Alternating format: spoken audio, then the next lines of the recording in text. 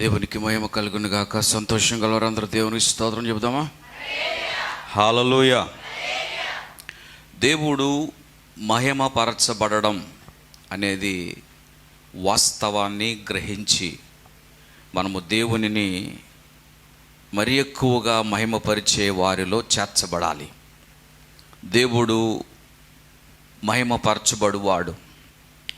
చాలాసార్లు మనం అనుకుంటాం దేవుడు కేవలం ఏదో కార్యాలు చేస్తేనే మహిమపరచబడతాడు అనుకుంటాం, కానీ దేవుడు మహిమపరచబడే విధము ప్రతి పరిస్థితి యందు కూడా ఆయన మహిమపరచబడతా ఉంటాడు. ఎందుకంటే ఆయన ఆదియు అంతమును ఎరిగి ఉన్నవాడు, సమస్తమును కూడా ఆయన బాగుగా ఎరిగినవాడు. కనుక దేవుడు తాను తన ప్రజల ద్వారా ఎలా మహిమపరచబడాలో ఆయన ముందుగానే డిజైన్ చేసి పెట్టాడు. ఆయన సంపూర్ణంగా ఒక ప్రణాళికను సిద్ధపరిచి ఉంచాడు. కనుక ఈరోజు నేను ఎందుకు ఈ పరిస్థితిలో ఉన్నాను, నాకెందుకు ఈ విధంగా పరిస్థితులు ఏర్పడ్డాయి, నేను ఎందుకు ఈ విధంగా ఉన్నాను, ఎందుకు ఇలా జరుగుతుంది అని మనం అనేక సార్లు మన యొక్క బుద్ధితో మన జ్ఞానంతో ఆలోచిస్తూ ఉంటాం. కానీ దేవుడు అనుమతించుచున్న ప్రతి పరిస్థితులలో కూడా ఆయన మహిమపరచబడటానికే దేవుడు అనుమతిస్తున్నాడు అన్నది మనం గ్రహించాలి. కనుక దేవుడి విషయంలో మహిమపరచబడతాడా, దేవుడు ఈ విషయంలో నిజంగా మహిమపరచబడతాడా అని మనం అనుకుంటే వాక్యంలోనికి మనం వెళ్తే నిజమే. నేను దుఃఖపడటంలో దేవుడు మహిమపరచబడుతున్నాడు, నేను సమస్యల్లో ఉండడం కూడా దేవుడు మహిమపరచబడుతున్నాడు, శోధనలో నేను ఉండడం కూడా దేవుడు మహిమపరచబడుతున్నాడు, నేను సంతోషించడంలో కూడా దేవుడు మహిమపరచబడుతున్నాడు, నేను దేవునికి సమర్పించట్లో కూడా దేవుడు మహిమపరచబడుతున్నాడు అన్నది మనం గ్రహించగలుగుతాం. కనుక మనం బాధపడ్డమైన, కష్టపడ్డమైన, ఇబ్బంది పడ్డమైన, దుఃఖపడ్డమైన మనుషులందరికీ కూడా విచారమై ఉండొచ్చేమో, కానీ అది దేవుని మహిమ కొరకే దేవుడు అనుమతిస్తున్నాడు అని మనం గ్రహించిన నాడు మనము దేవుని యొక్క మనస్సులోకి చేరుతాం. ఈరోజు దేవుని ప్రజలు మనుషుల యొక్క మనస్తత్వాల లెవెల్లోనే ఉండిపోతున్నారే కానీ దేవుని యొక్క మనస్తత్వ లెవెల్కి పెరగలేదు. దేవుని యొక్క మనస్తత్వంలోనికి దేవుని భక్తులు పెరగగలిగితే లోకంలో ఉన్న సమస్యలకు, పరిస్థితులకు, బాధలకు, కష్టాలకు వారు ఎల్లప్పుడూ కూడా వారు ఎదిరించి నిలబడగలుగుతారు. ఈరోజు మన బాధలు, కష్టాలు తొలగిపోవాలని మనము దేవుణ్ణి వంచిస్తున్నాం, ఆరాధిస్తున్నాం, ప్రార్థిస్తున్నాం. కానీ వీటన్నిటి ముందు నేను నిలబడితే నా దేవుడు మహిమపరచబడతాడు అన్న ఆలోచన, గ్రహింపు ఉండగలిగితే నిజంగా దేవుడు మన ద్వారా మహిమపరచబడతాడు. మన పిల్లల ద్వారా దేవుడు మహిమపరచబడాలని ఆశపడతా ఉంటాడు. మనం చేసే ప్రతి క్రియ ద్వారా దేవుడు మహిమపరచబడాలి. ఎందుకంటే ప్రభువా ఇవన్నీ నువ్వు ఎరిగిన వాడవు కదా, ఏం జరుగుతుందో నీకు తెలుసు, నేను ఎన్ని సంవత్సరాలు బ్రతుకుతాను నీకు తెలుసు, అల్టిమేట్గా నా జీవితం ఇదే కదా, ఇవన్నీ ఎరిగియుండి కూడా నీకు తెలిసే ఉండి ఉన్నాయి కనుక వీటి విషయంలోనూ మహిమపరచబడ్డానికి అనుమతిస్తున్నావు. కనుక అందును బట్టి నేను కూడా నీ మనసుతో ఏకీభవిస్తున్నాను అని దేవుని సన్నిధిలో మనం తీర్మానం చేసుకోగలిగితే మనం ఏ స్ట్రెస్కి గురి కానవసరం లేదు, ఏ ఇబ్బందికి కూడా గురి కానవసరం లేదు. సో ఈ విషయాన్ని కొంతమంది భక్తులు గ్రహించారు. దేవుని మనసును గ్రహించిన వారు, దేవుని యొక్క హృదయాన్ని గ్రహించిన వారు, దేవుడు అనుమతించిన వాటిని గ్రహించిన వారు అనేక మంది దేవునిని మహిమపరచగలిగారు. కనుక ఈరోజు దేవుని దృష్టిలో ఎంతమంది భక్తులైనా, ఎంత గొప్ప భక్తులైనా, విశ్వాసులైనా, దేవుని చేత వాడబడిన వారైనా వారు వెళ్తున్నటువంటి ప్రతి పరిస్థితులలో దేవుడు ఎందుకు ఇలాగా అనే ప్రశ్న రాకుండా ఈ విధంగా నేను వెళ్ళటం వలన దేవుడు మహిమపరచబడుతున్నాడని వారు గ్రహించి మౌనంగా ఉండి దేవుణ్ణి మహిమపరిచిన వారు భక్తుల సంఖ్య బైబిల్ గ్రంథంలో ఎక్కువ మంది ఉన్నారు. బైబిల్లో ఒక అద్భుతమైన తల్లి గురించి ప్రస్తావించబడింది. రిస్పా అనే మాట మీరు వినే ఉండవచ్చు, వినకపోవచ్చు. సౌలు చేత క్రూరత్వం కలిగినటువంటి సౌలు రాజరికంలో చిన్న బిడ్డలుగా ఉన్నప్పుడే తల్లి ఆ బిడ్డలను ఉరి తీయడం కల్లారా చూసింది రెస్పా. సౌలు యొక్క దుర్మార్గపు రాజరికాన్ని బట్టి ఏం మాట్లాడలేకపోయింది. ఆఖరికి నా కుమారులు ఉరి తీయబడ్డారు నా కళ్ళ ముందే అని వేదన చెంది ఆ రెస్పా ఆకాశ పక్షులు గెద్దలు రాకుండా 4 నెలలు కాపలా కాసింది. ఉరి తీయబడినటువంటి ఆ బిడ్డల యొక్క శవాలను, శరీరాన్ని పక్షులు తినకుండా ఉండు నిమిత్తము 4 నెలలు కాపు కాసింది. ఎట్టికేలకు దావీదు సంగతి తెలుసుకొని దుర్మార్గపు రాజరికంలో బలి అయినటువంటి ఎందరో కుటుంబాలు, ఆ కుటుంబాలలో రెస్పా బిడ్డలు, షీజ్ అ విడో, ఒక విధవరాళ్ళు, 2 కుమారులు ఉరి తీయబడ్డాడు అతి దారుణంగా, ఏ తప్పు చేయకుండానే. అలాంటి దుర్మార్గపు దుష్ట రాజరికములో వారు బలి అయిపోయారు. దావీదు ఆ విషయాన్ని తెలుసుకొని ఆ బిడ్డల యొక్క కళేబరాలను తీసుకొని వచ్చి ఆ తల్లి ముందు అంత్యక్రియలు, ఆ తల్లి చూచి ఆనందించటానికి ఆ కళేబరాలను తీసుకొచ్చి అందరి ముందు ఆ తల్లిని సంతోషింపచేయటానికి, ఆ తల్లిలో ఉన్న వేదనను ఓదార్చడానికి, బలపరచడానికి ఆ కళేబరాలను తీసుకొని వచ్చి దావీదు అందరి ముందు సమాధి చేయగలిగాడు. ఆ తల్లి తన బిడ్డల యొక్క కళేబరాలను సమాధి చేయడం చూచి సంతోషించింది. దేవుడు ప్రతి ఒక్కరి వెనుక ఉన్న పరిస్థితి ద్వారా దేవుడు మహిమపరచబడువాడు. ప్రతి దుఃఖము నుండి కూడా దేవుడు మహిమపరచబడువాడు. ఈరోజు దేవుడు అలాంటి పరిస్థితుల్లో నుండి ఎలాగ దేవుడు మహిమపరచబడతాడో అన్నది నేను క్లుప్తంగా మీకు చెప్పాలని ఆశపడుతున్నాను. మీ బైబిల్ గ్రంథాల్లో చూస్తే నిర్గమాకాండం 14వ అధ్యాయంలోనికి వస్తే ఆ అధ్యాయం అంతయు కూడా దేవుడు తన ప్రజల ద్వారా మహిమపరచబడడం అనేది దేవుడు గ్రహించగలిగాడు. తన ప్రజల ద్వారా దేవుడు గొప్పగా మహిమపరచబడ్డాడు. ఎంత మహిమపరచబడ్డాడు అంటే ఈ 14వ అధ్యాయం అంతా కూడా మీరు చదవండి. దేవుడు సంతోషించగలిగిన, దేవుడు తన ప్రజల ద్వారా మహిమపరచబడగలిగినటువంటి కార్యాలన్నీ కూడా ఈ 14వ అధ్యాయంలో ప్రస్తావించబడ్డాయి. ఆ 14వ అధ్యాయాన్ని మీరు అలాగ ఉంచుకోండి. అందులో మీరు చూడండి ఏం రాయబడి ఉందో అన్నది మనం చూస్తే, సాక్షాత్తు దేవుని ప్రజలైన ఇశ్రాయేలీయులు అనేక సంవత్సరాలు నిరీక్షించారు వాగ్దాన దేశానికి వెళ్ళటానికి. అయితే దేవుడు ఒక అద్భుతం చేశాడు. ఏంటి అద్భుతము? ఆ 14వ అధ్యాయంలో రాయబడి ఉంది. వారు ఐగుప్తు దేశము నుండి వారు అద్భుతంగా వారి బానిసత్వం నుండి విడుదల పొంది వారు బయటికి రప్పించబడ్డారు. దేవుడే వారి ప్రయాణానికి కారణభూతుడయ్యాడు. అది మాత్రమే కాదు, ఆ ప్రయాణం అంతట్లో కూడా దేవుడు మహిమపరచబడాలని ఆయన కోరాడు. దేవుని స్తోత్రం కలుగును గాక. వారి యొక్క ప్రయాణం అంతట్లో కూడా ఎవరు మహిమపరచబడాలి? దేవుడు మహిమపరచబడాలని ఆయన ఉద్దేశాన్ని కలిగి ఉన్నాడు. అనేక సంవత్సరాలు వారు నిరీక్షించిన తర్వాత చూడండి, వీరి ప్రయాణములో నేను మహిమపరచబడాలి, వీరి ప్రయాణములో నా కార్యాలు వారు అనుభవించాలి, వీరి ప్రయాణంలో నేను వారికి తోడై ఉండాలి, నేను ఎలా తోడై ఉంటున్నానో వారు గ్రహించాలి అని దేవుడు మహిమపరచబడ్డానికి ఇష్టపడ్డాడు. దేవుని స్తోత్రం కలుగును గాక.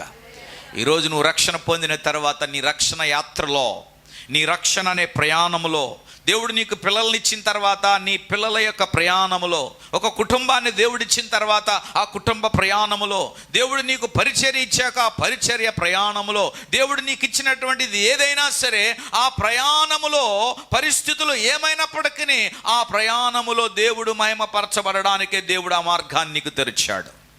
ఈ సత్యాన్ని దేవుని బిడ్డలు గ్రహించాలి.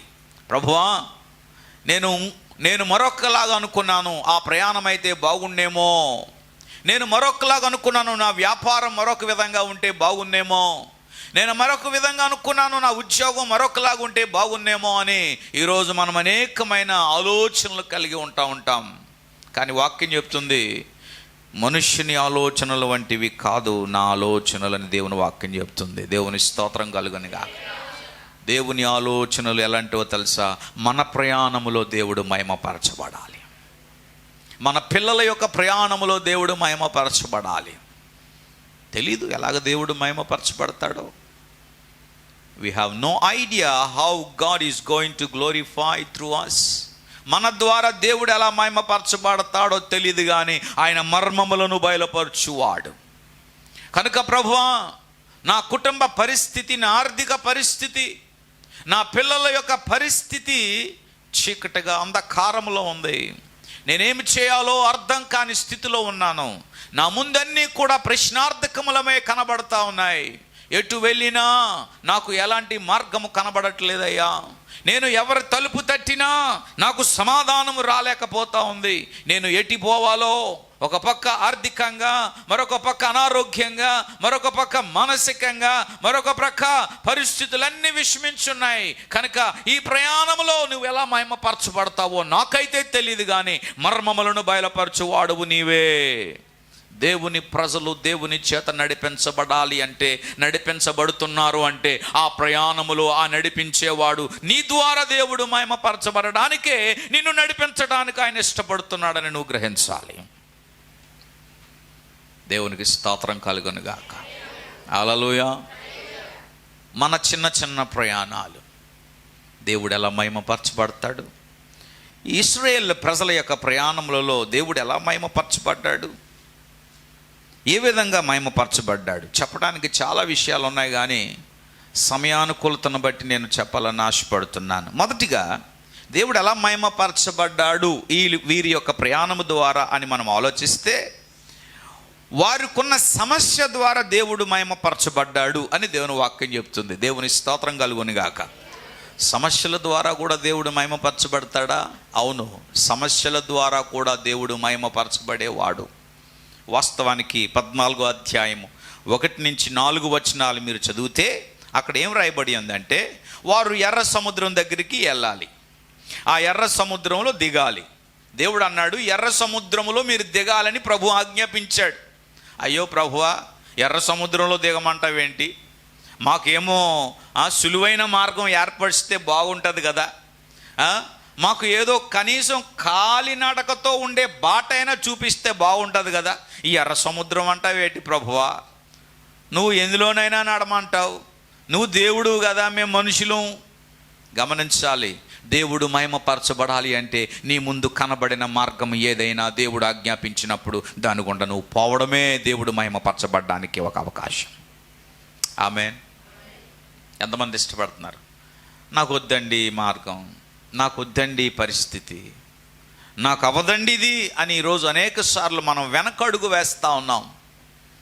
దేవుని ప్రజలతో దేవుడు అన్నాడు, మీరు ఈ ఎర్ర సముద్రములో మీరు దిగాలి, అది నా ఆజ్ఞ. మనుషులందరూ ఆగిపోయారు ఎర్ర సముద్రం దగ్గర. ఇప్పుడు దేవుడు వారి సమస్య ద్వారా మహిమపరచబడాలి అంటే, ఇప్పుడు ఫరో దగ్గరికి దేవుడు తన ఆత్మను పంపాడు.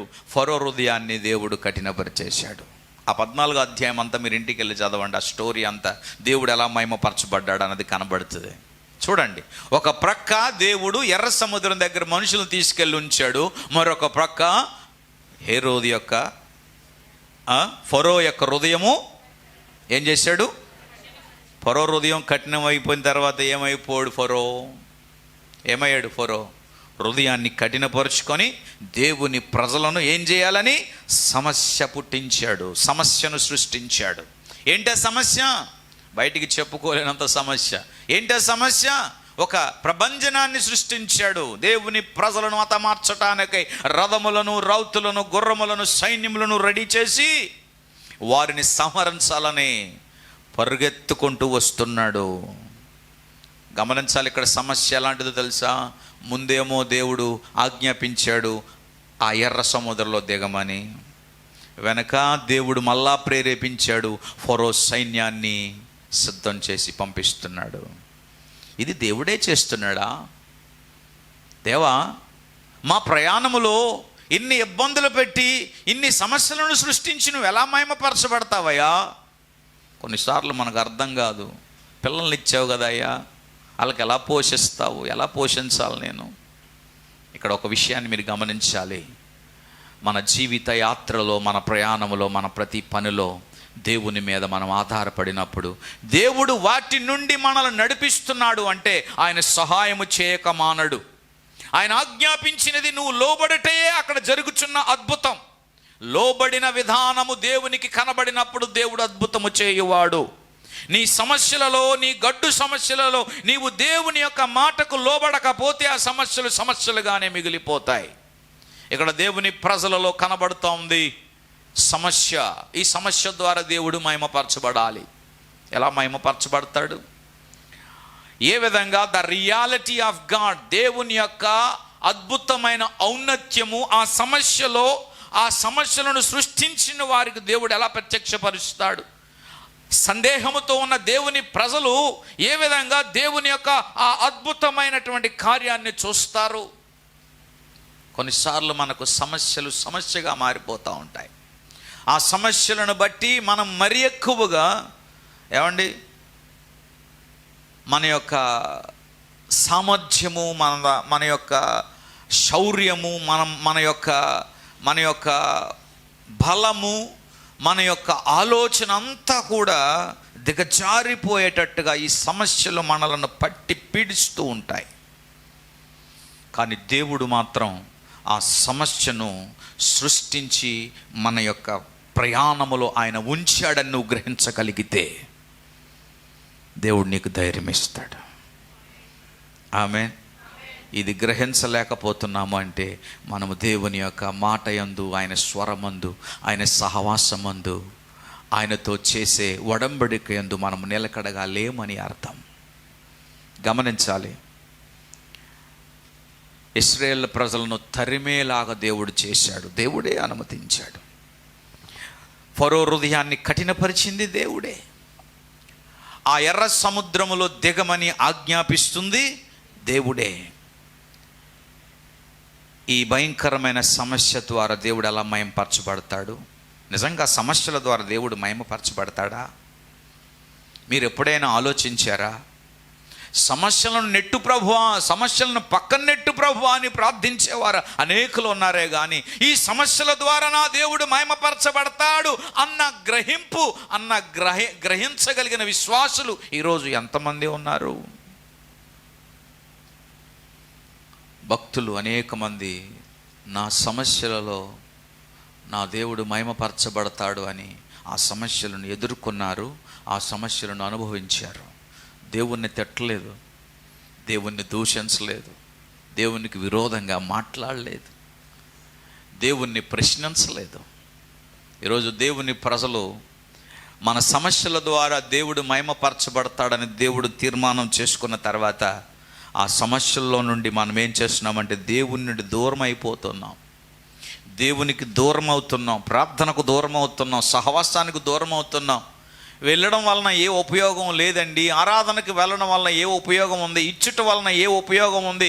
ఎన్ని చేసినా మా సమస్యలు సమస్యలుగానే ఉన్నాయని ఈరోజు మన సొంత సబుద్ధిని ఆధారం చేసుకొని దేవుడు మన సమస్యల ద్వారా మహిమపరచబడవలసిన ఆ కార్యాన్ని మనమే దేవునికి మహిమనివ్వకుండా అపవాదికి మనము చోటిస్తున్నాము. అందువలన మన సమస్యలు సమస్యలుగానే మిగిలిపోతున్నాయి అన్న సత్యాన్ని గ్రహించాలి. సమస్య ద్వారా దేవుడు అలా మహిమపరచబడతాడు. గమనించాలి. దేవుని ప్రజలు ఉన్న ఆలోచనలు వేరు, ఫరో యొక్క సైన్యము వారి యొక్క వ్యూహము యొక్క ఆలోచనలు వేరు, కానీ దేవుని ఆలోచన వేరు. ఫరో అనుకున్నాడు వీరు ఎర్ర సముద్రం దగ్గర దొరుకుతారు, నేను వారిని ఏం చేస్తాను? హతము చేస్తానని నా ఆలోచన. మోషేతో ఉన్న ప్రజలు ఏమనుకున్నారు అంటే ఇక ఎర్ర సముద్రంలో దేవుడు దిగమంటున్నాడు, మనం దిగలేము కనుక మళ్ళీ తిరిగి మనము వెనకకు వెళ్ళిపోదామన్న ఆలోచన. కానీ దేవుని ఆలోచన ఏంటో తెలుసా? ఆ ఎర్ర సముద్రము గుండా వీళ్ళు వెళ్ళాలి, ఆ ఫరో సైన్యము ఈ ఎర్ర సముద్రంలో వారు సమాధి చేయబడని అన్న ఆలోచన. ఇక్కడ ఎవరు మహిమపరచబడ్డానికి దేవుడు అనుమతించాడా? సమస్య వినండి జాగ్రత్తగా.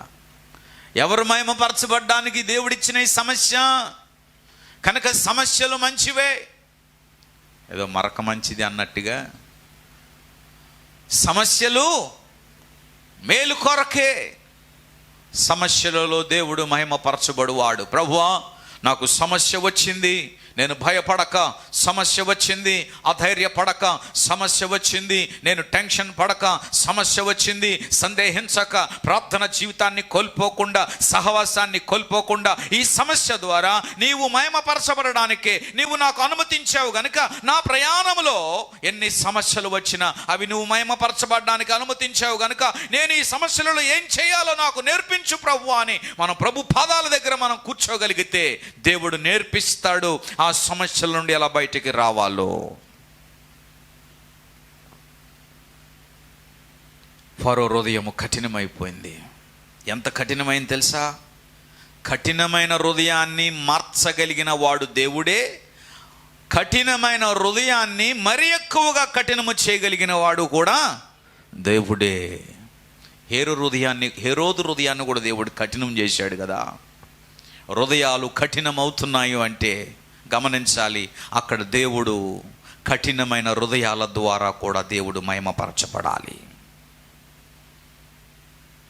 బేతనీ గ్రామములో మార్తా మరియల గృహములో సమస్య వచ్చి పడింది, మరణము సంభవించింది. యేసు ప్రభు వారు అక్కడికి వచ్చి, అమ్మా ఎక్కడా మీరు ఆ సహోదరుణ్ణి మీరు పాతి పెట్టారు అంటే, ఆ సమస్యను అడుగుతున్నప్పుడు మార్తా మరియలు అంటారు, అయ్యా అది అయిపోయింది, ఆ సమస్య ఇప్పటికి 4 రోజులు అయిపోయింది. ప్రభు అంటున్నాడు, సమస్య నాకు తెలియచేయండి, నేను మహిమపరచబడాలి, తండ్రి మహిమపరచబడాలి. దేవునికి స్తోత్రం కలుగుని గాక. హల్లెలూయా, హల్లెలూయా. ఒక పక్క ఇశ్రాయేలు ప్రజల యొక్క హృదయాలు చెదిరిపోయి ఉన్నాయి. దేవుడా, ఫరోవా? వెనక్కి వెళ్ళేవారు కొంతమంది అయితే చచ్చిపోవడానికి మరి కొంతమంది సిద్ధంగా ఉన్నారు. మోషే మాత్రం దేవుని ఆలోచన ఎరిగిన వాడే దేవుని మాటను చేయడానికి ఇష్టపడి ఉన్నాడు. దేవుని స్తోత్రం కలుగునిగా. నాయకుడు మోషే ఒక నాయకుడిగా పిలువబడ్డాడు కనుక దేవుణ్ణి ప్రశ్నించలేదు, పరిస్థితులను ప్రశ్నించలేదు, దేవుని స్వరాన్ని వినగలుగుతూ ఉన్నాడు. ప్రియులారా, మన ప్రయాణంలో మన సమస్యల ద్వారా దేవుడు మహిమపరచబడాలి అంటే, ప్రభువా ఈ సమస్యలు నువ్వు మహిమపరచబడ్డానికే నువ్వు అనుమతించావు కనుక నీకు వందనాలని చెప్పి మన రెగ్యులర్ ప్రేయర్, మన ప్రార్థన, మన విశ్వాసం మనం కొనసాగించగలిగితే దేవుడు ఏం చేయాలో ఏం చేయకూడదో దేవుడు నేర్పిస్తాడు. అందుకే సమస్యలు వచ్చినప్పుడు మరి ఎక్కువగా ప్రార్థించేవారుగా ఉండాలి. సమస్యలు వచ్చాయి కదా అని మనుషులతో మాట్లాడడం, సమస్యలు వచ్చాయి కదా అని మన డోర్ని లాక్ చేసుకోవడం, సమస్యలు వచ్చాయి కదా అని దేవుని సన్నిధికి వెళ్లకుండా మన ప్రార్థనను ఆపేసి, విశ్వాసాన్ని ఆపేసి ప్రభు యొక్క సన్నిధిలో మనము ఎదగకుండా ఉంటే ఆ సమస్య మరి ఎక్కువగా సమస్యగా మారుతుంది. దేవుని యొక్క కార్యాన్ని జరిగించాలన్నా, ఆ కార్యాన్ని ఆపాలన్నా నీ మీదే ఆధారపడి ఉంది, నీ నమ్మకం మీద ఆధారపడి ఉంది. ఎవరినో నిందించడానికి కాదు. ఎందుకయ్యా నా సమస్యలు ఇంకా సమస్యలుగానే ఉన్నాయంటే అది ఎవరు కారకులు కాదు. దేవుడు మాత్రం ఆల్రెడీ ఒక తాళపు చెవిలాగా నీ చేతికి ఇస్తున్నాడు. ఇగో ఈ మార్గం గుండా మీరు పొండి, నా మాట వినండి, అది మీరు విడుదల పొందుతారని దేవుడు చెప్తున్నాడు. అక్కడ అంటాడు, సమస్యకు మోషేతో అంటున్నాడు, మీరు ఈ ఎర్ర సముద్రములో దిగిపోవాలి అని ఆజ్ఞాపించాడు దేవుడు. మీరు ఆ 14వ అధ్యాయం 1-4 వచనాలు మీరు చదవగలిగితే ఈ 14వ అధ్యాయం అంతా కూడా. ఇకపోతే రెండవది గమనించాలి, సమస్య అలాగా పుట్టించిన దేవుడు మహిమపరచబడ్డానికి ఒక ప్రణాళిక ఏర్పాటు చేస్తే ఆ సమస్యకు ముందు దేవుడిచ్చే వాగ్దానాన్ని కూడా దేవుడు మరొకసారి జ్ఞాపకం చేస్తున్నాడు. దేవుని స్తోత్రం కలుగునిగాక. ఇప్పుడు మీరు చెప్పండి, సమస్య గొప్పదా, వాగ్దానం గొప్పదా? సమస్యల ద్వారా దేవుడు మహిమపరచబడగలిగిన వాడు వాగ్దానము నెరవేర్చి కూడా మహిమపరచబడడానికి ఆ సమస్యల దగ్గరికి దేవుడు తీసుకొచ్చాడు. వాగ్దానం ఇచ్చిన దేవుడు సమస్యలు ఎందుకు పెట్టాడండి? అవును, వాగ్దానం ఇచ్చిన దేవుడు సమస్యలను పెట్టాడంటే ఏ వాగ్దానమైన నెరవేర్పులోనికి మనం వెళ్ళాలి అంటే దేవుని యొక్క అద్భుతమైన కార్యాలను అనుభవించితేనే కానీ దేవుడంటే ఏంటో మనం మహిమను, ఆయన యొక్క ప్రభావాన్ని ప్రకటించలేం. ప్రియులారా, ఏంటి వాగ్దానము? ఏంటి వాగ్దానం? 14వ అధ్యాయం 13 నుంచి 14 వచనాలు మీరు చదివితే ఏమండి, వాగ్దానము ద్వారా దేవుడు ఎలా మహిమపరచబడ్డాడో అక్కడ కనబడుతుంది. ఫరో హృదయాన్ని దేవుడు పరిచాడు. ఇశ్రాయేలుని తరమడం ప్రారంభించాడు. ముందు ఎర్ర సముద్రం ఉంది, వెనక ఫరో సైన్యం ఉంది. ఏమి చేయాలో తెలియలేని స్థితి. ఇశ్రాయేలీయులు మోషే మీద సొనగడం ప్రారంభించారు. ఇది చాలా విచారకరమైన పరిస్థితి. అంతకుముందే దేవుడు ఒక ఆశ్చర్యకార్యాన్ని జరిగించాడు. ఆ సంగతి వీరు మర్చిపోయారు. అనేక సందర్భాలలో దేవుడు అనేక ఆశ్చర్యకార్యాలు చేశాడన్న విషయాన్ని వారు మర్చిపోయారు. ఇప్పుడున్న ఈ సమస్యను, ఈ చిన్న సమస్యను ఏమండి బట్టి వారు ఎంతో అభ్యంతర పడతా ఉన్నారు, ఎంతో కలవరపడతా ఉన్నారు. గమనించాలి, మనము కొన్నిసార్లు చిన్న సమస్యలు రాగానే దేవుడు చేసిన పెద్ద కార్యాల విషయాల్లో మనం మర్చిపోతూ ఉంటాం. ఆ పెద్ద కార్యాల ద్వారా దేవుడు మహిమపరచబడ్డాడు. ఆ పెద్ద కార్యాలు మనం అనుభవించాము. ఆ అనుభవించిన అనుభవాలు చిన్న సమస్య రాగానే ఆ పెద్ద కార్యాల ఎడల మనము గుడ్డితనము అనేది కలుగుతూ ఉంటుంది. చాలామంది క్రైస్తవులు, విశ్వాసులు అలాగే దేవుడు చిన్న చిన్న సమస్యలు రాగానే పెద్ద కార్యాలు చేసిన వాటికి అపవాది ఏం చేస్తాడంటే గుడ్డితనం కలగజేసేస్తూ ఉంటాడు. ఆ చిన్న విషయాన్నే పట్టుకొని భూతద్దములో చూచేటట్టుగా వాడు ప్రేరేపిస్తూ ఉంటాడు. ఇంతకీ ఆ చిన్న సమస్య రాగానే వీరేం చేశారో తెలుసా? అందరిలో ఒకే సమస్య ఏర్పడింది. అందరూ కూడా ఒకే మిస్టేక్ చేస్తూ ఉన్నారు. ఏంటో చెప్పమంటారా? సనుగుడు. చెప్పండి, సంతలోకి వెళ్ళండి, సనుగుడు అంటే ఏంటో మీకు అర్థమవుతుంది. ఎవరు మట్టుకు వాళ్ళు మాట్లాడుతూ ఉంటారు. ఏం మాట్లాడుకుంటారని తెలియదు, కానీ ఈరోజు కుటుంబంలో కానీ సంఘములో కానీ సనుగుడు అనేది ఈరోజు బలంగా పనిచేస్తుంది. సనుగుడు ఇది దేవునికి మహిమను తీసుకొని రాదండి. ఏంటి సనుగుడు? గమనించాలి, సనుగుడు దేవుని యొక్క కృపను మనకు దూరం చేస్తుంది. ప్రియులారా, మన వ్యక్తిగత జీవితంలో ఈ సనుగుడు అనేది ఎప్పుడైతే ప్రారంభమవుతుందో దేవుని కృపకు దూరం అయిపోతాం, దేవుని ప్రేమకు దూరం అయిపోతాం. ఈ సనుగుడు ఎప్పుడైతే ప్రారంభమవుతుందో మనము లోకాశల్లోకి పడిపోతూ ఉంటాం. ఈ సనుగుడు వలన దేవుని యొక్క మహిమ మనము దూరం అవుతుంది. ఈ సనుగుడు వలన వాగ్దానానికి దూరం అవుతాం. ఈ సనుగుడు వలన మనం ప్రార్థన జీవితానికి దూరం అవుతాం. ఈ సనుగుడు వలన మనలో లోకాశలు అపవాది పుట్టించి మనుషులు ఎలాగా ఈ దినాలలో సుఖపడుతున్నారో, ఈ లోకములో మనుషులు ఎలాగా సుఖభోగాలను అనుభవిస్తున్నారో ఆ భక్తిహీనుల వైపు ఈ సనుగుడు మనల్ని ప్రేరేపిస్తూ వారిని సరిపోల్చుకొని నువ్వు జీవించాలన్న ప్రేరణ అపవాది కలిగిస్తూ ఉంటాడు. అందుకే దేవుని ప్రజలలో కనబడకూడనిది ఏంటో తెలుసా? సనుగుడు. ఈ సనుగుడు జీవితం ఉన్నట్లయితే మన జీవితంలో సంతృప్తిని కోల్పోతాం, ఆనందాన్ని కోల్పోతాం. ఎంత ఉన్నా, ఎంత వచ్చినా, ఎంత కలిగి ఉన్నా, ఎన్ని అవసరతలు దేవుడు తీర్చినా, తన మహిమైశ్వరము చెప్పిన ప్రతి అవసరతలు మనకు తీర్చబడుతున్నా, ప్రతి సంవత్సరము దేవుడు పోషిస్తున్నా, మన అవసరతలు, మన వస్త్రములే కానీ, మన పిల్లల ఫీజులే కానీ, ఏదైనా సరే దేవుడు చేస్తున్నప్పటికీ ఈ సనుగుడు మన జీవితంలో ఉన్నంత వరకు కూడా దేవుడు చేసిన కార్యాలను మనం జ్ఞాపకం చేసుకొనక గ్రుడ్డి వారమై ఈ సనుగుడు జీవితం వలన మనం ఈ లోకములో అంధకారులైపోయి శరీరాశ, నేత్రాశ, జీవపడమము కలిగిన వారమై నాకు అలాగ కలిగి ఉంటే బాగున్నేమో, నేను వారి వలె ఉంటే బాగున్నేమో అన్న ప్రేరణతో బ్రతికే బ్రతుకులోకి వెళ్ళిపోతాము. ఈరోజు లక్షల విలువ చేసే నెక్లెస్ మెడలో వేసుకున్నా ఎదుటి మనిషిలో ఉన్న డైమండ్ నెక్లెస్ నాకు ఉంటే బాగున్న అంత ఆశ ఈ సనుగుడు వలన ఏర్పడే దురాశ. అందుకే ప్రభువా, నాకు ఒక ముద్ద, ఒక పట్టుడు, నాకు ఒక ముద్ద ఉంటే చాలు, ఒక రొట్టె ముక్క ఉంటే చాలు, ఏనాటికీడు ఆనాటికి ఉంటే చాలయ్యా, రేపటి సంగతి నాకు అవసరము, ఈరోజు నేను నా బిడ్డలు తినగలిగి వస్త్రము కట్టుకోగలిగి ఉంటే చాలయ్యా అన్న సంతృప్తి నువ్వు కలిగి ఉంటే చాలు, నా దేవుడు దాని ద్వారా మహిమపరచబడతాడు. ఆమేన్. లేని దాన్ని ఆశించుచు, చందని దానిని ఊహిస్తూ, అందని దాని కొరకు పరిగెడుతూ మన జీవితంలో ఈ ప్రయాణాన్ని కొనసాగిస్తే సనుగుడే ప్రారంభమవుతుంది. ఈరోజు ప్రతి ఒక్కరిలో కూడా, విశ్వాసులలో, ప్రార్థనా పరులలో, దేవుని బిడ్డల్లో ఈ సనుగుడు అనేది ఉంది. మనుషులను చూచి మనం సనుక్కుంటున్నాం, వారి యొక్క బాగోగులను చూసి సనుక్కుంటున్నాం, వారి యొక్క ఆశీర్వాదాలను చూసి సనుక్కుంటున్నాం, వారి యొక్క దీవెనలను చూసి సనుక్కుంటున్నాం. ఈరోజు మనకున్న వాటి కొరకు మనము సంతృప్తి చెందక ఎదుటిన్న వారి ఎడల అసూయపడి సనుగుకుంటూ మనము దేవునిని మహిమపరచలేని పరిస్థితుల్లో ఉండుట వలన మన సమస్యలన్నీ సమస్యలుగానే మారిపోతున్నాయి. గమనించాలి, వాగ్దానము చేసిన వాడు నమ్మదగినవాడు. దేవుని ప్రజలకు దేవుడు వాగ్దానం చేశాడా లేదా? వాగ్దానము చేసిన వాడు సమస్యలను ఎందుకు సృష్టిస్తున్నాడు? సమస్యల ద్వారా ఆయన మహిమపరచబడాలి, వాగ్దానము నెరవేర్చుట ద్వారా ఆయన మహిమపరచబడాలి. దేవుని స్తోత్రం కలుగునుగా. వాగ్దానం ఇచ్చిన వాడు ఆయనే. ఆ వాగ్దానాన్ని నెరవేర్చటానికి ముందు మన విశ్వాసాన్ని పరీక్షించటానికి సమస్యలను కూడా అనుమతించిన వాడు ఆయనే. ఈ విషయాన్ని దేవుని ప్రజలు గ్రహించాలి.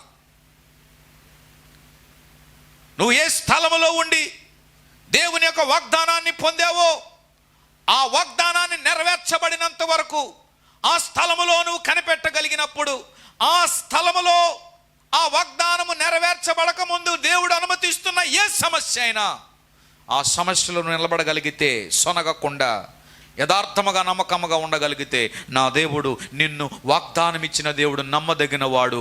ఎర్ర సముద్రములో దిగమని ఆజ్ఞ ఇచ్చిన దేవుడు ఆ ఎర్ర సముద్రాన్ని పాయలు చేయకుండా ఉండగలడా? ఎర్ర సముద్రంలో దిగమంటున్నాడేంటి ప్రభు? మోషే నీకు పిచ్చి పట్టిందా? ఎర్ర సముద్రము గుండా వెళ్ళాలంటావేంటి? ఇంకా వేరే మార్గం మనకు లేదా? దేవుడు అంటున్నాడు, ఎర్ర సముద్రమే మార్గం అంటున్నాడు. వినండి అని దేవుడు మోషే ద్వారా ప్రకటించిన దేవుని ప్రజలు నమ్మలేదు, విశ్వసించలేదు, సందేహించారు, సొనిగారు. అందువలన వారి సమస్యగా మారిపోయింది. ఒక పక్క కఠినమైపోయింది ఫరో హృదయము. ఫరో అనుకున్నాడు, నా చేతిలో చిక్కారు వీళ్ళు. మోషే ఏమని ఫరో దగ్గరికి వెళ్ళాడో తెలుసా? మమ్మల్ని విడిపించు, మేము బయటికి పోవాలి, మేము ఈ ఐగుప్తులో ఉండము, మేము మా దేవుణ్ణి ఆరాధించాలి, మా దేవునికి మేము ఉత్సవం చేయాలి, మా దేవునిని మేము బలి అర్పించాలి, మా దేవుని మేము గొప్ప మహోత్సవాన్ని జరిగించాలి. కనుక ఈ పాపపు దేశంలో మేము ఉండకుండా మా వాగ్దాన దేశానికి మేము పోతాం, మాకు విడుదల కావాలని శపథం చేశాడు, పోరాడాడు. ఫరో హృదయము కఠినమైపోయింది. నువ్వు దేవుని కొరకు ఏదైనా చేయాలనంటే అపవాది నీకు అనేకమైన అడ్డులు కలిగిస్తాడు. నువ్వు దేవుని కొరకు పరిగెత్తాలంటే అపవాది కఠినపరుస్తాడు హృదయాన్ని. భార్యగా నువ్వు దేవుని కొరకు ఏదైనా చేయాలనుకుంటే నీ భర్త హృదయాన్ని కఠినపరుస్తాడు. భర్తగా దేవుని కొరకు నువ్వేదైనా దేవుని కొరకు చేయాలనుకుంటే నీ భార్య హృదయాన్ని కఠినపరుస్తాడు. ఫరో హృదయము కఠినమైంది. ఎట్టికేలకు ఫరో దేవుని యొక్క కార్యాన్ని చూచాడా? ఫరో దేవుని యొక్క శక్తిని గ్రహించగలిగాడా? ఫరో దేవుని శక్తిని చూచాడా? దేవుని ప్రజలు ఆ ఎర్ర సముద్రము గుండా వెళ్ళగలిగారా? దేవుని ప్రజలను తరమడానికి ఫరో సైన్యము విజయం సాధించిందా? ఈ విషయాలన్నీ మనం గ్రహించగలిగితే దేవుడు సమస్య ద్వారా ఎలా మహిమపరచబడ్డాడో, వాగ్దానాన్ని నెరవేర్చి వారిని విడుదల చేసి ఆ ఎర్ర సముద్రము గుండా వారిని బయటికి పంపించి దేవుని ప్రజల ద్వారా దేవుడి మహిమ పొందాడు. నమ్మిన వారు చెప్పలు కూడా దేవుని నాన్న మహిమపరచుదాం. ప్రైజ్ ది లార్డ్, హల్లెలూయా. దేవుడు కార్యము చేయువాడండి. సమస్యను పుట్టించేవాడు ఆయనే, ఆ సమస్యల్లో మహిమ పొందేవాడు ఆయనే, వాగ్దానం ఇచ్చిన వాడు ఆయనే. ఆ వాగ్దానాన్ని నెరవేర్చే ముందు విశ్వాసానికి పరీక్షించేవాడు కూడా ఆయనే. దేవునికి స్తోత్రం కలుగునిగాక. దేవుడు అన్నాడు మోషే ద్వారా, భయపడకుడి అన్నాడు. 14వ అధ్యాయం 13-14 వచనాలు మీరు చదవండి, ఆ తర్వాత అర్థమవుతుంది. భయపడకుడి అన్నాడు. రెండో మాట అన్నాడు, మీరు నేడు చూచిన ఈ ఐగుప్తీయులు మరి అన్నాడు మీరు చూడరు అన్నాడు. మూడోది అన్నాడు, యెహోవా మీ పక్షమున యుద్ధము చేయనన్నాడు. ఈ 3 మాటలు సమస్యల్లో ఉన్నవారు, వాగ్దానాన్ని పొందుకున్నవారు గ్రహించగలిగితే నీ సమస్యలలో, నీ ప్రయాణములో, నీ కుటుంబ ప్రయాణములో, నీ వ్యాపార ప్రయాణములో, నీ ఉద్యోగ ప్రయాణములో నా దేవుని యొక్క అద్భుతాన్ని నువ్వు అనుభవించగలుగుతావు. నీ ద్వారా, నీ సమస్యల ద్వారా దేవుడు మహిమపరచబడగలుగుతాడు. కనుక ఈ ఉదయ కాలం నేను చెప్పేది ఏంటంటే, దేవుని బిడ్డలారా, దేవుని ప్రియ సంగమా, దేవుణ్ణి నమ్ముకున్నాం, విశ్వసించాం, ప్రార్థిస్తున్నాం, ఆరాధిస్తున్నాం, దేవుని మందిరానికి వెళ్తున్నాం, వాక్యం చదువుతున్నాం, మనకు రక్షణ ఉంది, విశ్వాసం ఉంది, దేవుని కృప దేవుడు మనకు అనుగ్రహించాడు కనుక దేవుని ద్వారా పోషించబడుతున్న దేవుని ప్రజలైన మనము ఈ ప్రయాణములో దేవుడు మహిమపరచబడ్డానికి అనేక సమస్యలను దేవుడు అనుమతిస్తూ ఉంటాడు. అది ఆర్థిక సమస్యలే కానీ, అనారోగ్య సమస్యలే కానీ, మానసిక సమస్యలే కానీ, అది ఏదైనా దేవుడు అనుమతిస్తున్నాడు అంటే ఆ సమస్యల ద్వారా దేవుడు మహిమపరచబడాలి. ఎందుకంటే వాగ్దానము చేయబడిన వారికి దేవుడు సమస్యలు అనుగ్రహిస్తాడు.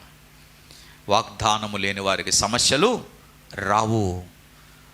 ఈరోజు మాట మాటికి సమస్యలు నీకే దేవుడు అనుగ్రహిస్తున్నాడు అంటే నీవు వాగ్దాన పుత్రుడువు, నీవు వాగ్దాన పుత్రిక, నీవు వాగ్దాన కుటుంబము, దేవుని చేత వాగ్దానం చేయబడిన సంఘముగా నువ్వు రూపించబడ్డావు కనుక పదే పదే నీకే సమస్యలు దేవుడు అనుమతిస్తున్నాడు అంటే ఆ సమస్యల ద్వారా దేవుడు మహిమపరచబడ్డానికి దేవునికి స్తోత్రం కలుగునిగాక. హల్లెలూయా, హల్లెలూయా. మూడవదిగా, దేవుడు ఇచ్చిన వాగ్దానాన్ని నెరవేర్చి దేవుని ప్రజలను సమస్యల నుండి విడిపించుట ద్వారా దేవుడు మహిమపరచబడతాడు. మొదటిగా సమస్యలలో దేవుడు మహిమపరచబడతాడు. వాగ్దానమిచ్చి పరీక్షించి దేవుడు మహిమపరచబడతాడు. మూడవది, విడుదలనిచ్చి వాగ్దానాన్ని నెరవేర్చి ఆయన మహిమపరచబడతాడు. దేవుని స్తోత్రం కలుగునిగాక. హల్లెలూయా. విడుదల చెప్పండి అన్నమాట, చెప్పండి అన్నమాట. ఏం కొంచెం గట్టి చెప్తే ఏం పోయింది మీ సొమ్ము? విడుదల, విడుదల పొందాలనుకుంటాం కానీ విడుదల అనేది రావట్లేదు.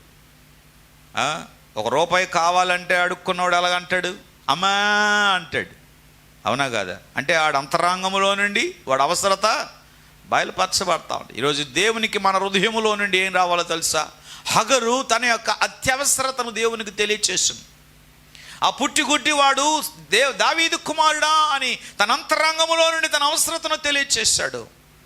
ఈరోజు దేవుని ప్రజలు అలాంటి అంతరంగంలో నుండి దేవుణ్ణి పిలిచే మొర్ర పెట్టుకునే ఆ సమర్పణ అనేది దేవుడు చూడాలని ఆశపడుతున్నాడు. ప్రియులారా, విడుదల. దేని నుండి విడుదల కావాలి మనం? సమస్యల నుండి. దేవుని ప్రజలు సమస్యల నుంచి విడుదల పొందారా లేదా? ఎలాగ వెళ్ళిపోయారమ్మా? ఆ ఎర్ర సముద్రములో ఉండి వెళ్ళాలని మోషేకు దేవుడు ఒక మ్యాప్ ఇచ్చాడు, రూట్ మ్యాప్ ఇచ్చాడు. ఆల్రెడీ లొకేషన్ పెట్టేశాడు. మోషే ఇదిగో ఇదే లొకేషన్, ఎలాగెళ్ళాలి ప్రభువా? ఎర్ర సముద్రం కూడా పోవాలని ఆగిపోయారు. అక్కడ ఆగిపోవడానికి గల కారణం ఏంటి చెప్పమంటారా? ప్రజలే ఆపేశారు. ప్రజలే ఆపేశారు. ఈరోజు దేవుడి కార్యాలు చేయడానికి ఎవరొడ్డు చెప్పాలి? ఎవరొడ్డు? ఒకళ్ళు వస్తారంటారు, ఒకళ్ళేమో రానంటారు, ఒకళ్ళేమో మేము ముందు ఉంటామంటారు, ఒకళ్ళేమో మీరు వెళ్ళండి మేము తర్వాత వస్తామంటారు. అయ్యా దేవుని కార్యం చేయడానికి ఇదిగోండి మా వంతు ఎంత ఇస్తామంటారు. మరికొంతమంది అందరూ ఏమని నేను ఇస్తానులే. కొంతమంది ఎగ్గొట్టే వాళ్ళు కూడా ఉన్నారు. వినండి, దేవుని ప్రజలలో ఈ యొక్క మనస్తత్వాలు కనబడ్డాయి కదా. దేవుడు అన్నాడు మోషేతో, మీరు ఎర్ర సముద్రం గుండే వెళ్తారంటే దేవుడు చెప్పిన మాట మోషే దేవుని ప్రజలకు తెలియచేశాడు. మనం ఈ మార్గం గుండా వెళ్ళాలి అంటే చాలా మందిలో విభేదాలు ఏర్పడ్డాయి. నువ్వు అనవసరమైన లీడర్ దొరికవరా బాబు మాకు, నువ్వు ఫూలిష్ నాయకుడివి, మోషే నువ్వు తప్పుకో, మేము నాయకులుగా ఉంటాం అనేవారు కొంతమంది ఉంటే, కొంతమంది అంటారు మోషే నీకు పిచ్చి పెట్టిందా? మమ్మల్ని చంపడానికి మమ్మల్ని ఎర్ర సముద్రం తీసుకొస్తావా? మాకు ఇంకా వేరే మార్గం లేదా? నీతోనే మాకు జీవితం ఉందా? మాకు ఇదే చర్చ్ ఉందా? ఇంకా వేరే చర్చలు లేవా? మనస్తత్వాలు, దేవుని ప్రజల్లో కనబడే మనస్తత్వాలు విభిన్నంగా ఉన్నాయి ప్రియులారా. ఏకీభవించని మనస్తత్వాలు, అంగీకరించని మనస్తత్వాలు. ఏమండి, బయట అన్నిటికీ కూడా విలువైన వస్తువులను విలువైన వస్తువులను అతి విలువతో మనం కొంటా ఉంటాం, వెల ఇచ్చి కొంటా ఉంటాం. విలువైన వస్తువులను వెల ఇచ్చి కొంటా ఉంటాం. కానీ దేవుని సన్నిధికి వచ్చినప్పుడే విలువైన దీవెనను వెల చెల్లించలేని చెప్పనమాట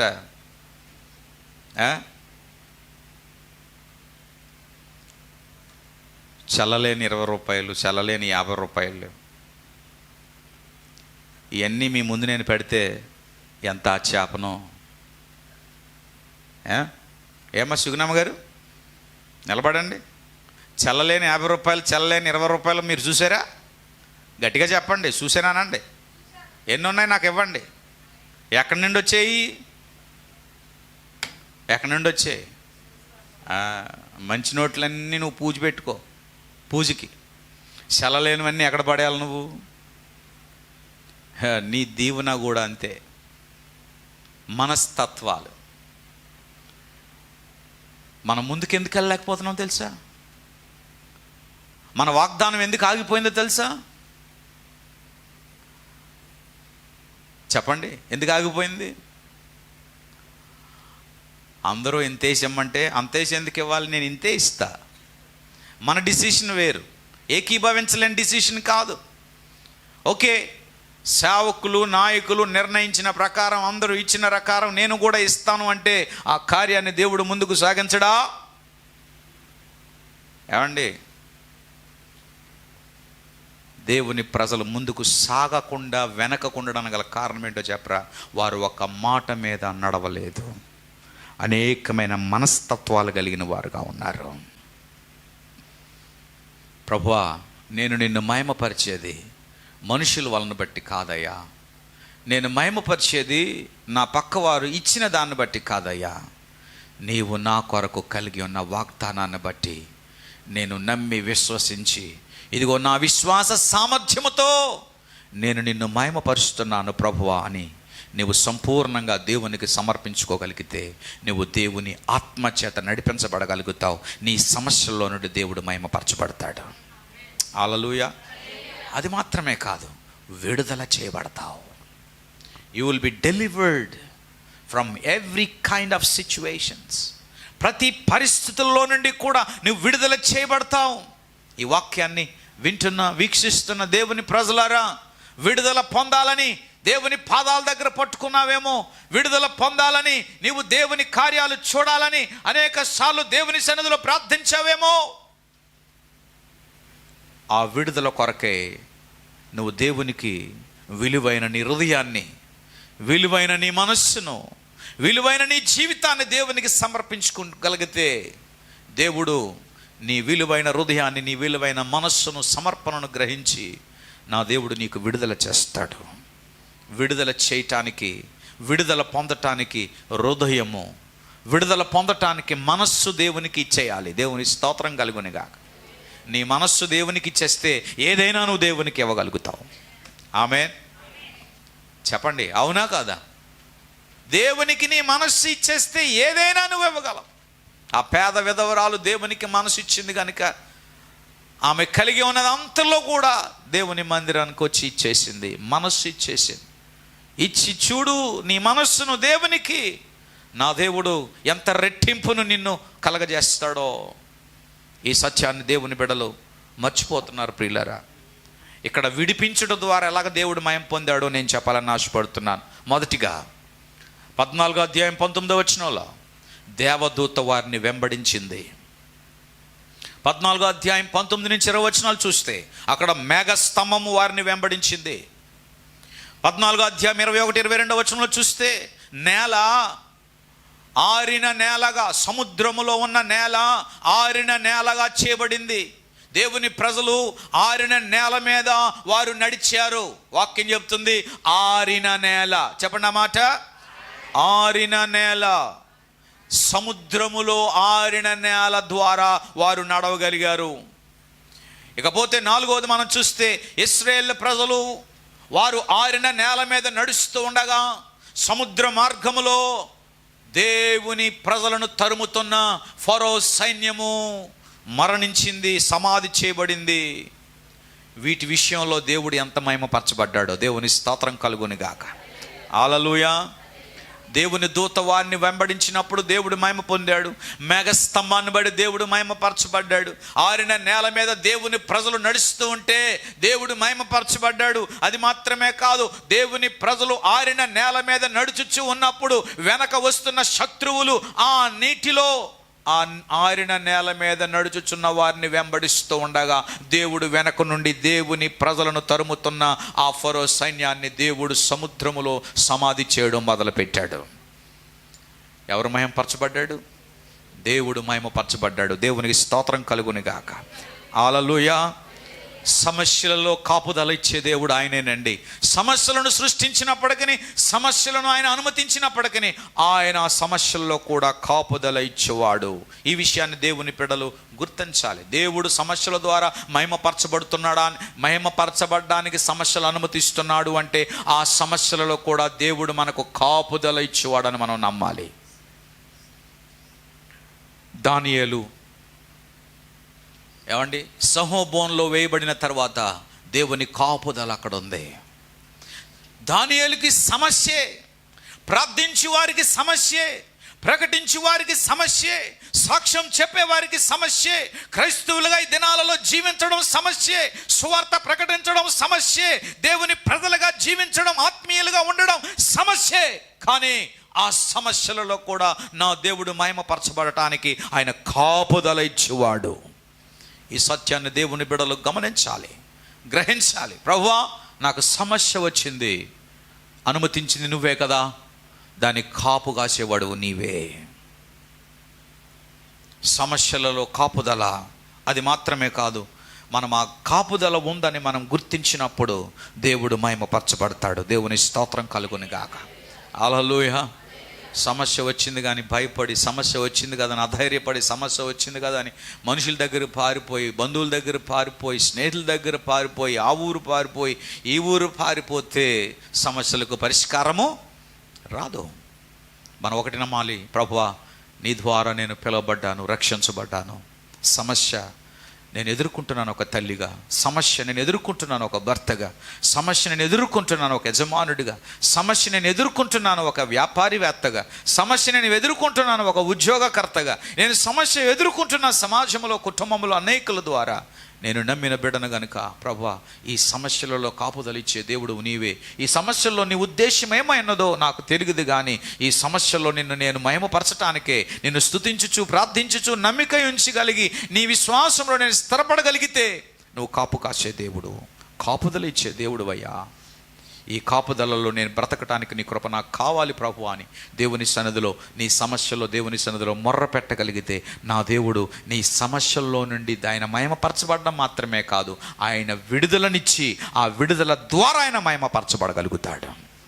ఆమేన్. విడుదల పొందాక నువ్వు నిలబడి చెప్పవలసింది ఏంటో తెలుసా? దేవునికి ఏం చెప్పాలి?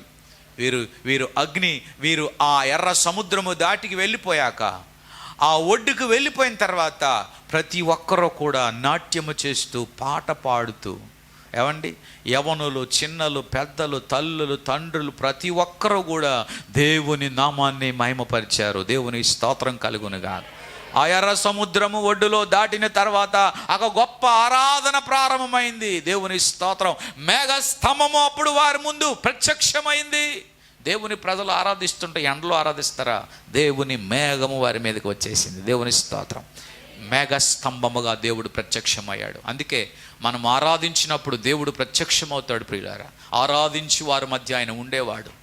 ఎంతమంది ద్వారా ఆయన ఆరాధించడానికి ఇష్టపడుతున్నారో వారందరినీ ఆయన సిద్ధపరిచి నడిపిస్తాడు. ఈరోజు దేవుని ప్రజలు దేవుని కార్యాలు చూడటానికి ఆరాధనలో పాల్గొవాలి, ప్రార్థనలో పాల్గొవాలి, విశ్వాసంలో పాల్గొవాలి, ఏమండి ఆల్ నైట్ ప్రేయర్లో పాల్గొవాలి, ఉపవాస ప్రార్థనలో పాల్గొవాలి. ఈరోజు వారానికి ఒకసారి ఆచార క్రైస్తవులుగా బ్రతుకుతున్న మన బ్రతుకులు మారాలి. ఇందాక బ్రదర్ సాక్ష్యం చెప్పారు, ఏమని? మనం ఆచరించేవారుగా ఉండకూడదు, ఆరాధించేవారుగా ఉండాలి. అనుదినము ప్రభు సన్నిధిలో మనం ఆత్మలో బలపడటానికి రావాలి. మనం ఆత్మలో బలపడగలిగితే దేవుడు తన కార్యాలను ముందుకు చేస్తాడు. మనం ముందుకు నడుస్తాం, పరిచర్య అభివృద్ధి పొందుతుంది, ప్రజలు రాగలుగుతారు, సంఘం రాగలుగుతుంది. నీ దేవుని సన్నిధిలో ధననిధులు కానీ నింపబడితే ఇక్కడ ఎవరైనా ధనము లేకుండా ఎవరైనా ఉండగలుగుతారా? అడుగుతున్నాను, సమాధానం చెప్పండి. దేవుని మందిరము నింపబడినప్పుడు మన పాకెట్లను దేవుడు ఖాళీగా ఉంచుతాడా? వాక్యం చెప్తుంది, వారు దేవునికి ఇవ్వడం ప్రారంభించుచున్న కొలది వారు అధికముగా మరి ఎక్కువగా మేము తినుచున్నాము, త్రాగుచున్నాము అని సాక్ష్యం చెప్తున్నారు దినవృత్తాంత గ్రంథములో. కనుక ఈ ఉదయకాలం నేనేం చెప్పాలని ఆశపడుతున్నానంటే, ఆగిపోక సాగిపోవడానికి ఈరోజు చాలామంది మీరు ఆ ఎర్ర సముద్రం దగ్గర ఆగిపోయినట్లుగా ఆగిపోయారు. నేను ఆదివారం వెళ్తే చాలు, నెలకొక్కసారి వెళ్తే చాలు, మరి బుధవారాలు శుక్రవారాల సంగతి ఎక్కడ? నువ్వు ఎర్ర సముద్రం దాటకుండా ఉన్నావు అంటే అర్థం ఏంటి? మనకు అనేకమైన ఒత్తిళ్ళు ఉన్నాయి, సమస్యలు ఉన్నాయి, రావాలనుకుంటున్నాం కానీ రాలేకపోతున్నాం, వెళ్ళాలనుకుంటున్నాం కానీ వెళ్ళలేకపోతున్నాం. మనం ఈ లోక సంబంధముగా ఉన్న వాటి మీద మనకు కనెక్షన్స్, అఫైర్స్ ఉన్నాయి. ఉద్యోగరీతిగా, వ్యాపారవేత్తగా ఈరోజు మనము దేవునికి మహిమపరచడానికి ముందుకు వెళ్ళిన అపవాది అనేకమైన గాలాలు వేసి వెనకకు లాగుతున్నాడు. ప్రియులరా, సంఘముగా ప్రార్థనా శక్తి ఉండగలిగితే, వ్యక్తిగతంగా ప్రార్థన శక్తి మనలో ఉండగలిగితే దేవుడు మన ద్వారా మహిమపరచబడగలుగుతాడు. ఆమేన్. హల్లెలూయా, హల్లెలూయా, హల్లెలూయా. ఈ ఉదయకాలము ప్రభు మహిమపరచబడాలి. ప్రభువా, నా ద్వారా నువ్వు ఎలా మహిమపరచబడాలని ఆశపడుతున్నావు? నా సమస్యల ద్వారా నువ్వు మహిమపరచబడడానికి ఇష్టపడుతున్నావు. అది మాత్రమే కాదు, నువ్వు వాగ్దానం ఇచ్చి ఆ వాగ్దానములో నా విశ్వాసానికి తగిన పరీక్ష ద్వారా నువ్వు మహిమపరచబడడానికి ఇష్టపడుతున్నావు. అది మాత్రమే కాదు, నన్ను విడుదల చేసి నువ్వు మహిమపరచబడుతున్నావు. కనుక దేవుని బిడ్డలు భయపడకూడదు. తర్వాత ఇక మీదట నీ సమస్యలను నీవు, దేవుడు ఏమన్నాడు? మీరు భయపడకండి, ఇక మీదట ఈ ఐగుప్తులను మీరు చూడరు. మూడోది దేవుడు ఏమన్నాడు? మీ పక్షాన. ఆ 3 విషయాలు దేవుని ప్రజలకు తెలియచేశాడు. దేవుని స్తోత్రం. ఆ 3 విషయాలు వారు పట్టుకున్నారు, వారు నమ్మారు, విశ్వసించారు, వారి యాత్రను కొనసాగించారు. ఆ ప్రయాణములో దేవుడు మహిమపరచబడ్డాడు. మన కుటుంబ ప్రయాణములో దేవుడు మహిమపరచబడాలి. మనం వెళ్ళుచున్న మార్గంలో దేవుడు మహిమపరచబడాలి. కొన్నిసార్లు మనం ప్రయాణాలు చేస్తూ ఉంటాం, ఏదో యాక్సిడెంట్ అవుతుంది, పడిపోతాం, లేకపోతే బ్యాగ్ పోద్ది, లేదా పర్స్ పోద్ది, ఏదో కోల్పోతాం, ఏదో తగులుతుంది. ప్రభువా, ఈ సమస్య నన్ను డిస్టర్బ్ చేయడానికి వచ్చింది, కానీ ఈ సమస్య వెనుక నువ్వు మహిమపరచబడటానికి ఇది కలిగి ఉన్నది అని మనం గ్రహించగలిగితే దేవుడు తన యొక్క నామమును మన ద్వారా మహిమపరచబడుతుంది. ఈరోజు మంచిది కాదేమో, ఈరోజు చెడ్డదేమో, అనవసరంగా బయలుదేరాను, ఇలాగ మనం ఆలోచిస్తే దేవునికి మహిమ రాదు. ప్రతి సమస్యను బట్టి దేవునికి వందనాలు చెప్పగలిగిన విశ్వాసం, ప్రతి బాధను బట్టి దేవునికి వందనాలు చెప్పగలిగిన, ప్రతి దుఃఖమును బట్టి దేవునికి వందనాలు చెప్పగలిగిన, ప్రతి కఠిన పరిస్థితిని బట్టి దేవునికి వందనాలు చెప్పగలిగిన విశ్వాసపు బ్రతుకు నీలో ఉండగలిగితే నా దేవుడు నీ ద్వారా మహిమపరచబడతాడు. ఆమె ఆ దరిద్రుడైన లాజరు ఆ దరిద్రాన్ని బట్టి దేవుణ్ణి మహిమపరిచాడు. ఒకవేళ అతను దరిద్రుడు కాకుండా ఉంటే ఆ ధనవంతుడికి ఒక ఎగ్జాంపుల్ ఉండకపోయినేమో. ఆ దరిద్రుడిగానే దేవుడు ఎందుకు పెట్టాడో తెలుసా? తన ఎదుట ఉన్నటువంటి ఆ ధనవంతుడికి ఒక లెసన్ నేర్పాలని దేవుడు ఆ దరిద్రుడిగానే ఉంచాడు. పరలోకములో ఆ ధనవంతుడికి ఒక లెసన్ నేర్పాడు. దేవునికి స్తోత్రం. ఇప్పుడు ఆ లెసన్ ద్వారా ఎవరు మహిమపరచబడ్డారు? ప్రభువా, నా బిడ్డలకి ఇది సంభవించింది, నువ్వు మహిమపరచబడ్డానికే అనుమతించావయ్యా. అది బ్యాడ్ అయినా గుడ్ అయినా దేవుడు అనుమతించిన దాన్ని బట్టి దేవుడు మహిమపరచబడతాడు. Because we are God's people. మనము వాగ్దానము చేయబడిన వారు, మనం ఆయన విలువైన రక్తము చేత కొనబడిన వారు, విలువైన రక్తము చేత రక్షించబడ్డవారు. కనుక మనలను అనేక సమస్యలకు దేవుడు అనుమతించిన ఆ సమస్యల ద్వారా దేవుడు మహిమపరచబడతాడన్న సత్యము దేవుని బిడ్డలు గ్రహించగలిగితే దేవుడు మహిమపరచబడతాడు.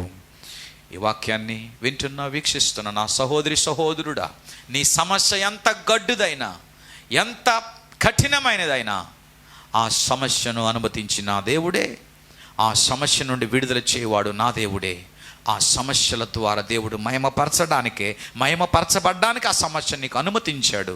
కనుక అనుమతించిన దేవునిలో నీవు నమ్మకంగా ఉండగలిగితే నా దేవుడు నీకు విడుదల కలగచేసి నీ సమస్య ద్వారా దేవుడు మహిమపరచబడతాడు. ఇశ్రాయేలు ప్రజల ద్వారా దేవుడు మహిమపరచబడ్డాడు.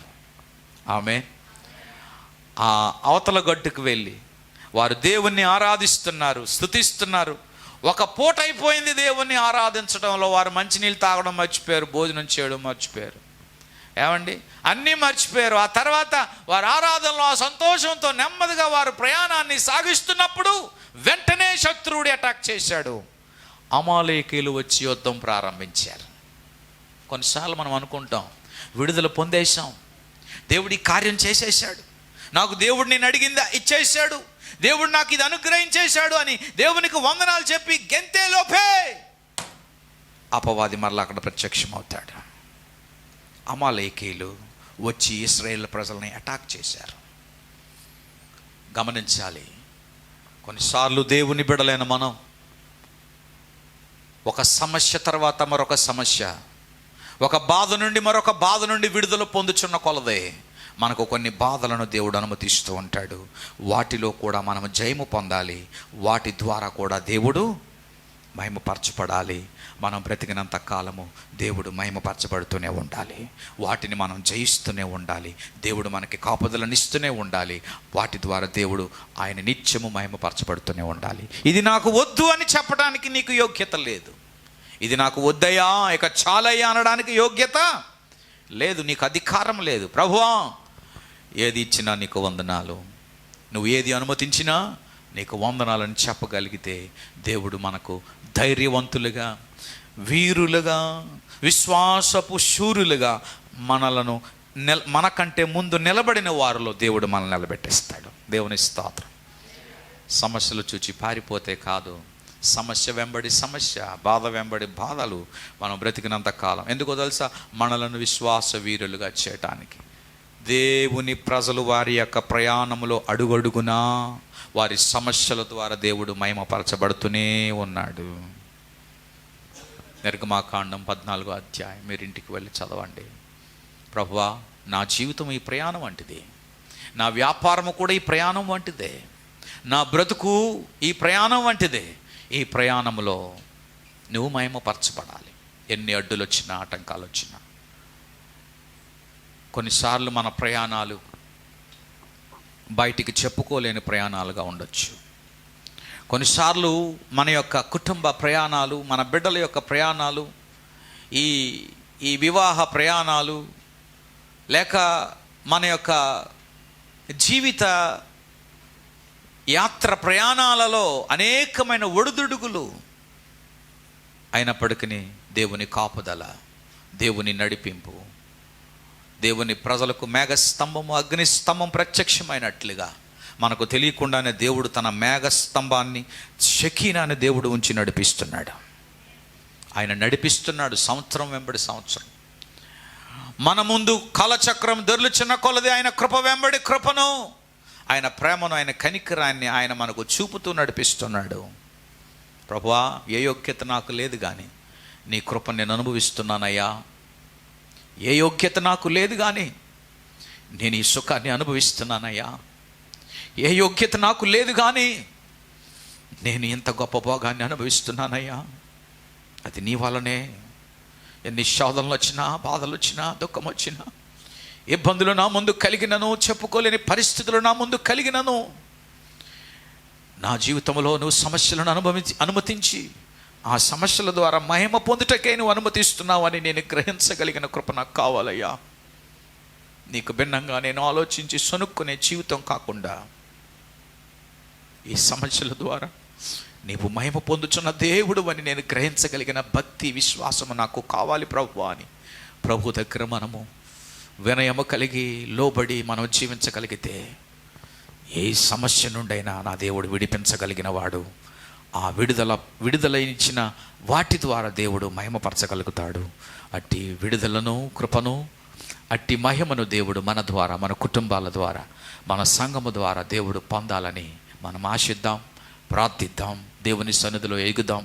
రండి, కలిసి ప్రారంభంతో ప్రార్థన చేద్దాం, కలిసి ఉపవాసం ఉందాం, కలిసి ఆగిపోయిన కార్యాలను, ఆగిపోయిన పరిస్థితులను మన జీవితంలో, మన వ్యక్తిగత జీవితంలో ఏర్పడిన గడ్డు పరిస్థితులన్నిటి నుండి కూడా విడుదల పొందటానికి ఆ ఇశ్రాయేల్ ప్రజల్లో ఉన్న వేరువేరు మనస్తత్వాలు కాకుండా వాక్యానుసారమైన మనస్తత్వం, ఏకాత్మ, ఏక అభిప్రాయము, ఐక్యత, ప్రేమ, సమాధానముతో కలిసి మనం ముందుకు వచ్చినప్పుడు దేవుడు మన పరిస్థితులను ముందుకు సాగించడం మాత్రమే కాదు, కానీ మన యొక్క సంఘాన్ని, మన సంఘ అభివృద్ధిని దేవుడు ముందుకు సాగించగలడు. అట్టి కృపను దేవుడు మనకు అనుగ్రహించునుగాక. ప్రార్థన చేసుకుందాం. తలలు వంచండి.